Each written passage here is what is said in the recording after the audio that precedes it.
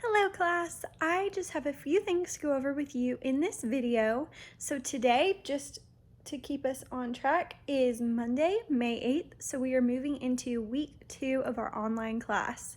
So in this video, I'm going to talk about what I learned about you from last week's posts and assignments. Then we're going to talk about issues. So some do's and don'ts that I think will help you succeed as you move forward. Then I'll just give you a little update on grades and some pointers of how to look at that feedback. And then we will preview what is going to be expected of you this week. So let's get started. I learned that in our class we have a lot of travelers. We have a lot of people from Houston, Dallas, and Austin, which I guess shouldn't surprise me too much since those are the biggest spots in Texas. But I was a little surprised that there weren't that many West Texans except for Julissa, who is from Odessa.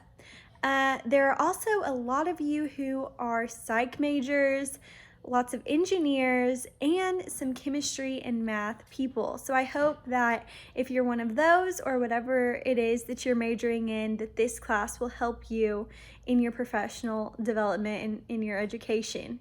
So now let's move forward into talking about your issues. So I hope that from looking at the different assignments and the way that this class is set up, that you have noticed that you will start with one issue in your first assignments, in your rant and in your iSearch essay, and that will be the same issue that you stick to the entire semester. We will just grow in our research on that. We will change the kind of assignments to cater to different audiences, different purposes, different genres, all sorts of things. But it's very important that you start right now with an issue that you can stay interested in all summer long, because while there is a little wiggle room for you to change your issue this first week or two, after that you are going to be locked in. So let's start with some do's. The first one is what I just said. Make sure this is something that will hold your interest the entire semester, all summer long. If it's something you think you're going to get sick of looking at, just try something new.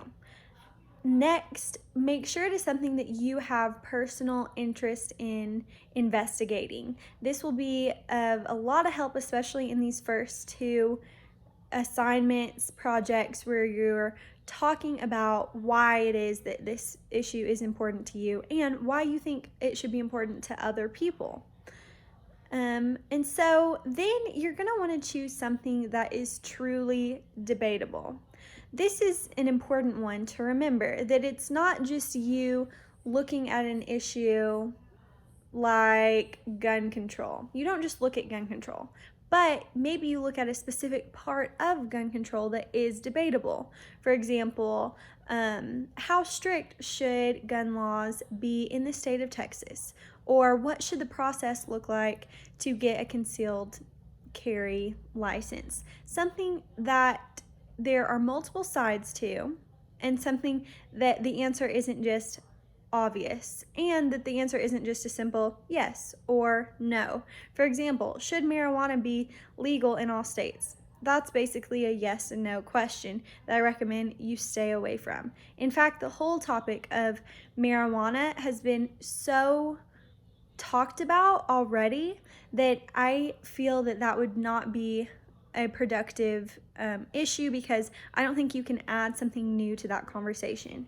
Other issues that you think have just been talked about so much, I would suggest not entering into the conversation, because you're not going to be able to have a voice that stands out compared to all the other voices that have already said basically all there is to say about an issue. Fourth on the do's is to be specific. So if you have something really broad and you're thinking, how can I make this more specific? Just ask yourself, can I narrow down on maybe the people group that this focuses on, or the specific place maybe? These are some ways to get started thinking, how can I make this as specific as possible? And now I'm going to move into my 4 don'ts for choosing an issue.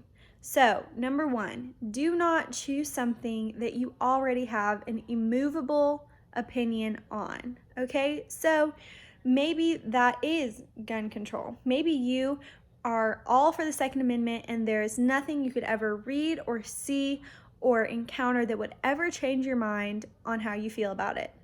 Well, if that's you, then this is not the topic you want to choose for this semester, because you want to choose something that you're okay with listening to all sorts of opinions about, and even being open to potentially changing your mind if something really convicts you, if something really does change your mind, and you have that open ear, that open mind. Or maybe you're like, well, I'm only passionate about this subject and I kind of do have an immovable opinion. Then, at the very least, you need to open your mind, change your own mindset, and then you have that potential to use this as a successful issue. Next, do not choose anything that is going to undermine humanity. This might sound obvious, but it's worth saying. You're not going to choose a research question like, did the Holocaust happen? Because for you to say anything other than yes is going to undermine humanity, and I'm not going to let that happen. You could, however, choose something that you're interested in about that issue and just work it into a better research question. So maybe if you're really interested in the Holocaust, look at what are the conspiracy theories that say the Holocaust didn't exist. That way you're not saying they're true, but if you want to look at the history of that, you can. Next, do not choose something that is targeting an individual. This I have found is especially true that people want to target individuals most often in politics, but we are not going to do that. Next and lastly, for the don'ts, don't choose something that you could explain all the sides to without any research. So, like I was talking about with the example of marijuana, you've probably heard the arguments on both sides so much that you could write an essay describing all the sides tonight without putting any research in whatsoever. That is not going to be a good issue for you to choose. Again, you want to be able to bring an original voice to your issue and take this opportunity to truly learn about something that you're passionate about. And you're not going to learn something that you already are an expert in. So choose something that you really can find that personal growth in doing. Just some observations from reading y'all's brainstorms. First of all, I think y'all are doing some really good stuff. You are thinking thoughtfully about what's going on in the world today, how you can make an impact on the world, and I think any of us looking at the news will be able to see that people are doing that in the world right now. They are making voices heard. And so it's very important in this class that we understand we all have these important voices, but before we use them, we need to listen to all sides of the conversation that are happening, do our research, and that way what we do have to say actually means something, and it's backed up, and it's valid, and it can actually make a positive change in the world. Going on that, the two biggest observations, or the two most often brainstorming ideas that I did see, had to do with either COVID-19 related issues or Black Lives Matter related issues. Now, I do want to stress this. If you are going to choose one of these directions, then make sure you are being really super duper specific. Okay, so for example, if one of you talked about, or this isn't even hypothetical, one of y'all did talk about the need to have protective equipment for nurses and other healthcare workers and other healthcare professionals. That is specific. That is the kind of stuff I'm talking about. Others are thinking really too broadly about saying they want to research racism in our country. you have to get tighter on your restrictions. So ask yourself, here are just some questions that I thought to maybe help narrow down that specific topic. Are you looking at racism in the workplace? Police brutality, government intervention, conspiracy theories, something about the riots, social media's role in modern day activism, something else. But you can see how I kind of took that broad topic and then got really specific with these questions that were tighter and that could lead you in more productive directions. So that's what you want to do. Especially when you're dealing with those two topics, you don't have to deal with them if you're still in the brainstorm and you're like, none of those really sound interesting. I can't really shake how I feel about it. Maybe there's nothing that I can add to the conversation because this specific question has been answered a dozen different ways. Whatever it is, you don't have to stick to those two or any of your brainstorming ideas at this point. But make sure you are going through these steps, asking yourself these questions. How can I make it more specific and just a better research question? If you want to look at someone who is doing a really excellent job at giving thorough feedback and making a post that really went above and beyond, then the person who I think did that and more is going to be your fellow student, Lillian Agarwal. If I mispronounced your last name, Lillian, I am sorry, but you just did a great job. And I think that if you're a student who is kind of struggling with how to do these kind of discussion posts, then give hers a look and you can kind of see the format she's using, the length, the tone, all of these things. I think she is a good model. So again, her name is Lillian Agarwal. As far as grades, everything that you've turned in so far has been graded. If you have not been given, or if you have not given feedback on the brainstorming from your other students, then I have graded your original post, but you won't be able to see that until you've given the feedback, and then I give you that full grade that includes what you have posted and then what you posted on other people's. So just know that it won't show up until you give feedback, but it's there ready to go. Make sure that you look under the grade section in Blackboard, and then when you see your grade, if you look to the left-hand side, there's a little, in blue writing, it says View Rubric. You can click on that, and then it'll show you exactly how you got the points that you did, or how maybe you missed a few here or there. It'll show you where those points are coming from. As always, email me with questions about that. And now just looking forward into what you have for this week. So for today, which is Monday, the 8th, is that right? Yes.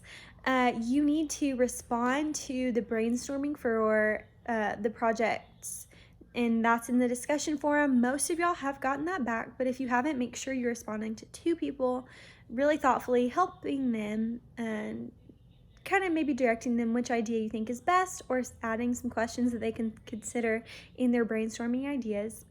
Number 2, get your problem/issue approved by me, your teacher. So the easiest way to do that is to reply in the email that I'm about to send with all of this information, and I'll even attach this video, or email me in a separate one, whatever.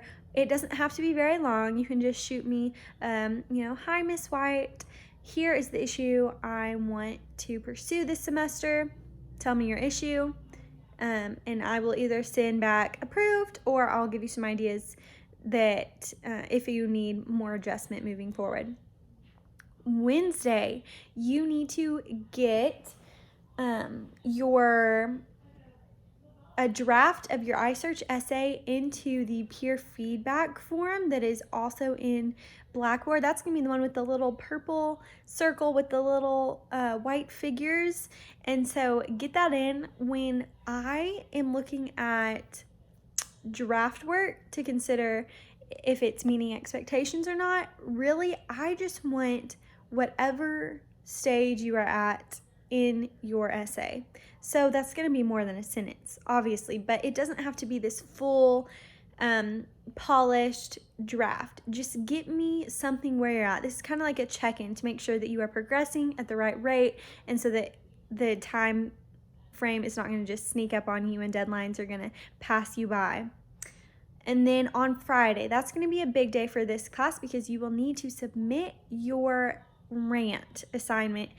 There will be a rant Blackboard submission, and there will also be a rant posting on the discussion forum. So just double dip, put those in both spots, and email me if you have any questions. Basically, this is a pass or fail type of assignment. So if you meet the time requirement, if you talk about your issue, why it's important to you, and why it should be important to other people, that should get you that A mark.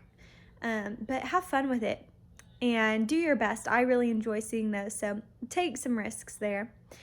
As well as you will need to post your peer feedback in the iSearch essay in that peer feedback form that we have going on. And if you have any specific questions, just let me know. Let's have a great week together, and we'll talk soon.